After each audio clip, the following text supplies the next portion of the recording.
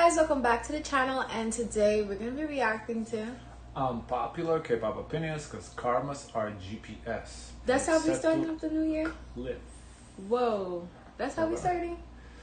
I don't know. Let's see. Let's get into this K-drama. 1. The audacity of some fans is truly sickening. A tragic plane crash takes 179 lives. The nation declares a mourning period. And instead of showing an ounce of compassion, some of y'all are out here crying over cancelled fan signs and postponed music festivals. Really? That's where your priorities lie? People lost their lives and families. But you're pressed because you can't see your fave wave at you from a table. It's disgusting. I saw a viral tweet with over 30,000 likes saying, quote, "The victims are already dead, so why postpone events? Are you hearing yourselves? The sheer lack of empathy is mind-blowing. This isn't just about canceling events. It's about showing respect. Mourning is about honoring the lives lost." This kind of shows how crazy these fans are. That's not a good sign. Well, we knew the K-pop fans are not like all right in the head. Not all of them, but like no, of course not all of them, but are good. There's a subgroup. This is like yeah. I would so watch them. They probably end up on Rotten Mango. Yeah, so and supporting a grieving nation. But no, some of you are too busy being entitled brats to understand basic human decency. I swear I saw someone say I hope Stray Kids is okay under a tweet about the plane crash. At this point, I'm done with humanity. What happened to offering condolences? What happened to understanding the gravity of tragedy? The fact that people can't even pause their stand behavior to acknowledge 179 dead human beings is beyond shameful. Y'all need to reevaluate your lives. Humanity really... But I didn't understand the plane. What didn't you understand? Like, what happened? You malfunctioned, or? Yeah. So how I understand it, the wheels didn't deploy, and so it just kind of skid. Because you know when the wheels deploy, they break, and you come to a halt. The wheels didn't deploy, so it skid into a wall, and yeah. Is this where only the stewardess, the two? Yeah, the two people in the end survived. I believe they were stewardesses. Yeah. Is on its last legs, and it's embarrassing to witness. 1. Fans giving excuses to the sexualization of minors is sick, especially when it comes to idols like Eun-chae. Sure, she's 18 now, but that doesn't change the fact that from the get-go. But it's not fans that are doing it, it's the labels are doing it though. They want it to be like that. They feed us that image. So fans just doing what the label is feeding them.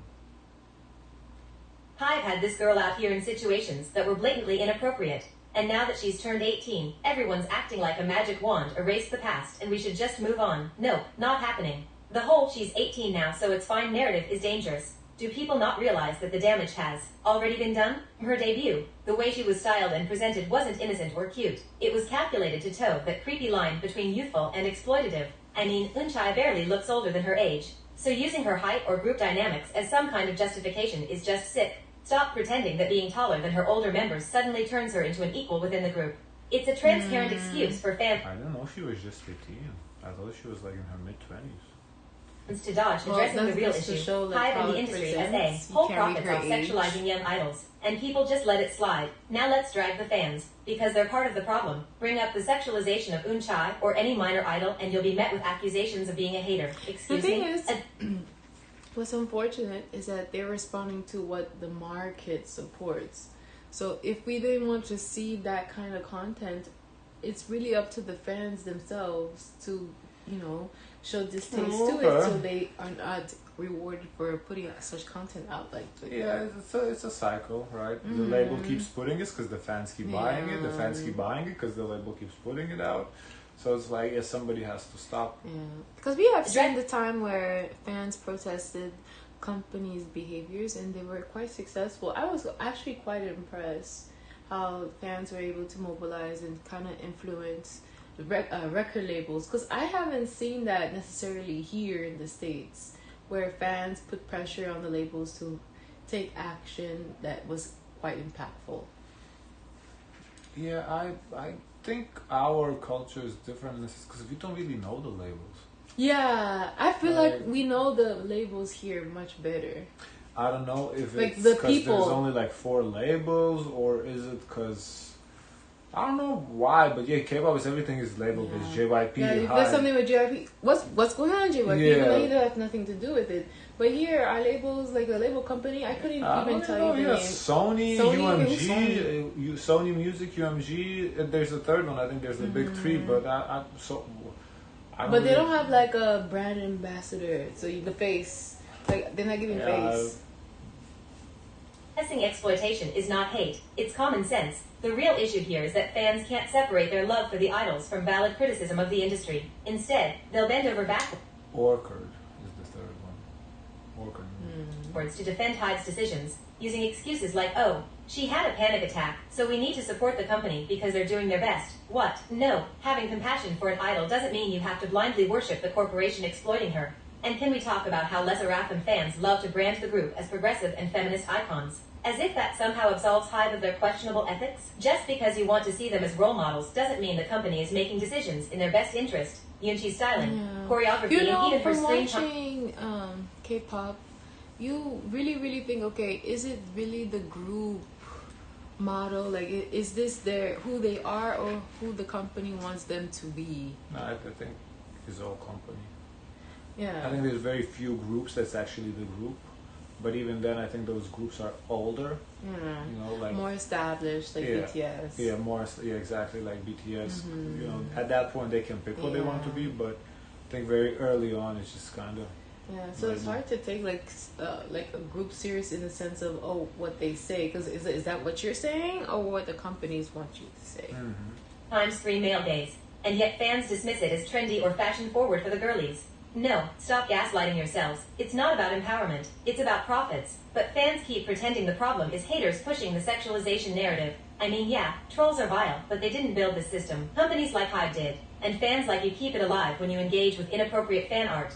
Follow plus 18 accounts or shrug it off because that's just how the industry works. Spoiler, just because it's normalized doesn't mean it's okay. Even if haters disappeared tomorrow, the sexualization the thing wouldn't is stop. What I don't like is that they intentionally use a young girl to convey this kind of image. They don't use the ones who are of age to do that, because they kind of mold them to look that age. Who wouldn't have thought that she was underage at that time? Yeah, I honestly, I thought she was grown. like 22, 23. Yeah, I didn't know.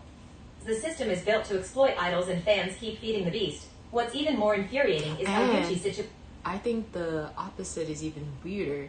When they're older, but they make them so childish, and they're doing strange things, but then they say, no, but they're of age, it's okay. But no, you're sexualizing like women to be like kids. Yeah, it's so fucking weird because like we see there's two things. It's either we get like a teenagers, they're trying to make them grow up and look like 25-year-old women, or we have a 25-year-old woman, they try and make them look like a high school students. Like, why can't you take the 16-year-olds, make them look like high school students, and take the 25-year-olds, make them look like 25-year-olds? I don't understand that they always go the other way. Why? I don't get it. Situation is sidelined. People act like her cute or innocent image somehow makes her immune to exploitation, as if the company's decisions are magically above reproach because Les Arafem has a mostly female fan base. Let me spell it out. The gender of the fans doesn't matter. Your barber guy works great, but he doesn't work like Wealthfront. Wealthfront keeps your investment. What matters is that the company is willing to exploit young idols for profit.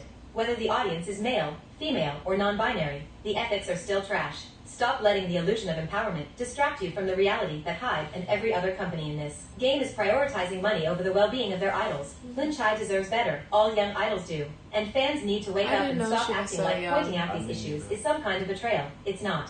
It's holding the industry accountable and demanding better for the people they claim to support, until the conversation moves past surface-level fan wars and actually addresses the long-term impact of exploitation. Nothing's going to change, and that's on all of us. 2. The Big Four are the only ones who could make a global group work. Look at Cat's Eye. Hyde is doing wonders with them, but now every no-name company wants to hop on the multinational bandwagon, and it's giving budget knockoff energy. Enter Deva, a multinational girl group debuting next year, and let me tell you, they're already messier than a K-drama finale before even setting foot on stage. The concept of debuting girls from Japan, Australia, Senegal, Colombia, and other countries is cool on paper. Diversity in K-pop sounds great until you realize the execution is trash. One member is a Korea-boo, another lied about being Korean, because apparently being honest isn't part of her skill set, and one straight up has a racist rant video floating online where she snatched... Yeah, we talked about it in our Discord. I think that's the group. Yeah, it's a lot. Before they even debuted this already. But I think the racist girl gonna get kicked.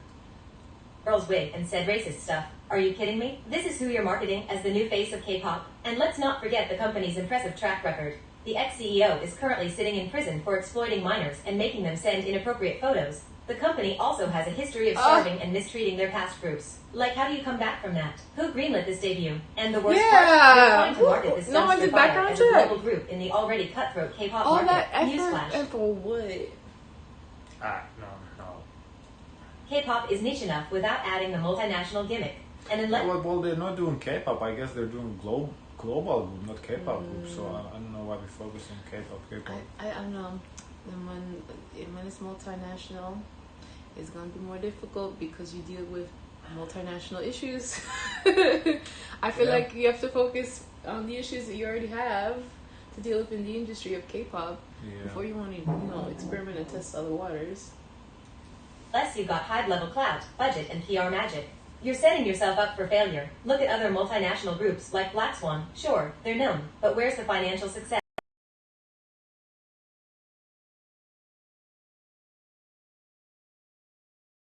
Scandals. Data is doomed before they've even debuted. A group marketed as global can't thrive when its members are problematic and the company's reputation is in the gutter. And let's be real, this isn't going to stop here. The success of Cat's Eye has opened the floodgates. And every C-tier agency is about to churn out their own global group. Yeah. But let's not pretend that being multinational is enough to carry a group. You still need members who aren't walking PR disasters. Even in the formation of Cat's Eye, they struggle. They have issues too, like acquiring talent, putting together the group. That's who they started with before. They ended up completely scrapping and introducing new people.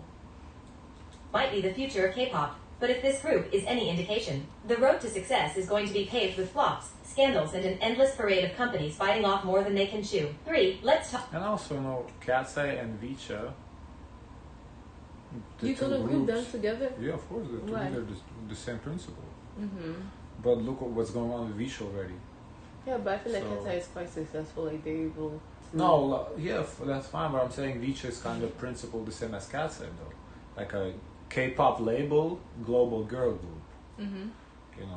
But look at the scandal already. Mm-hmm. They haven't really even done anything. Mm-hmm. And to say Cat's Eye quite successful, they have one charting song. So I mean, they acquired a strong fan base.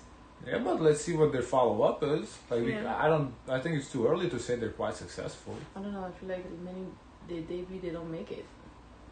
They already debuted and they at least. That's a low bar then. What do you mean? Debut and all they have to do is drop another. Right, but another. And I feel like they have a strong fan base. Like the dancing is like they're gonna make it. They're a strong group. I mean, so far they're doing well, but the second they have to not flop it either. Like we can't I just don't see it. They got vocals. They can dance. That group was formed. They formed that group really well.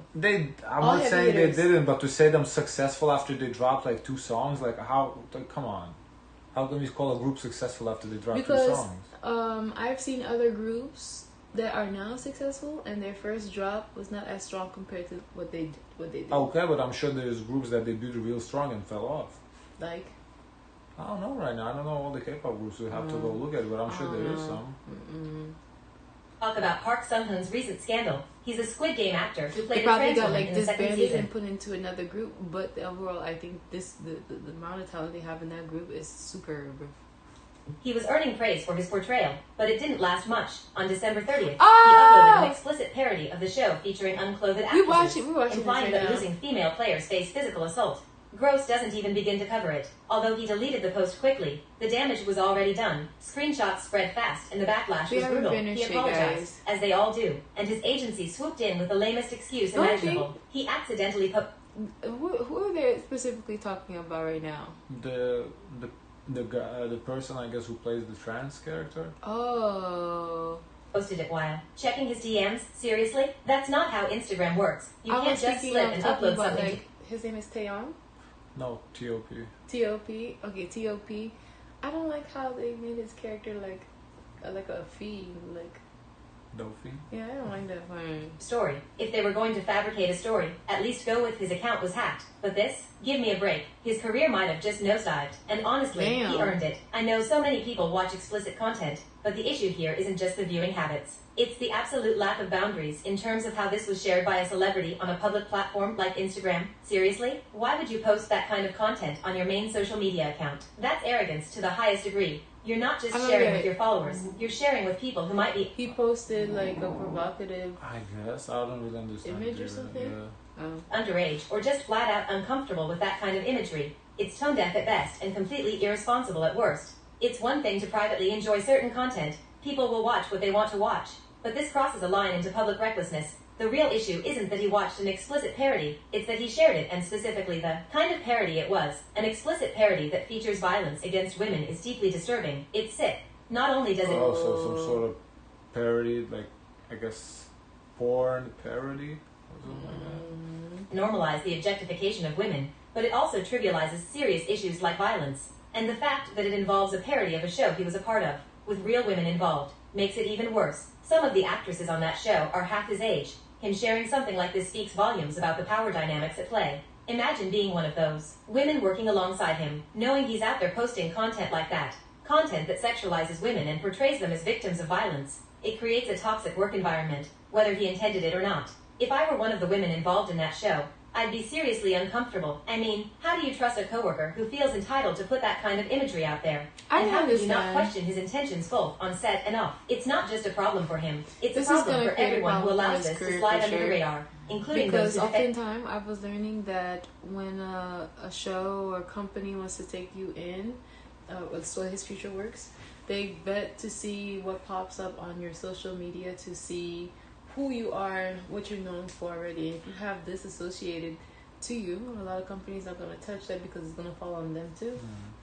Defend him. 4. Everglow's future with Yuehua Entertainment looks bleak. Their contract is set to expire around March 2026. And given the group's multiple hiatuses, sluggish sales, and minimal promotion, it's hard to imagine Yuehua fighting to keep them. Yuehua's attention seems to be shifting elsewhere. They've got a significant stake in ZB1, the boy group formed through Mnet's Boys Planet in 2023, with members like Zhang Hao, Ricky, Kim Jubin, and Han Yujin under their wing. Yuehua is poised to capitalize on ZB1's momentum once their 2.5-year contract with Wake 1 wraps up. The success of ZB1's debut underscores the potential goldmine Yuehua sees in these boys. To put it into perspective, ZB1's debut EP sold over 1.2 million copies on its first day, and all of their albums sold over 1 million copies. They've achieved a Rookie Grand Slam, sweeping 10 That's Rookie of the good. Year awards across various ceremonies. They also That's secured nice. first music show win just 9 days after debut. Plus, even if the re-debut doesn't hit 9 days after debut, wow. the jackpot, launching Zheng Hao in China could rake in more cash than Everglow's entire career. Sorry if I sound harsh, but Everglow's dwindling returns make them a less attractive investment for Yuehua, especially with the lucrative prospects that ZB1's members present, unless Everglow pulls off a miraculous turnaround. Disbandment in 2026 seems almost inevitable. I'm gonna eat...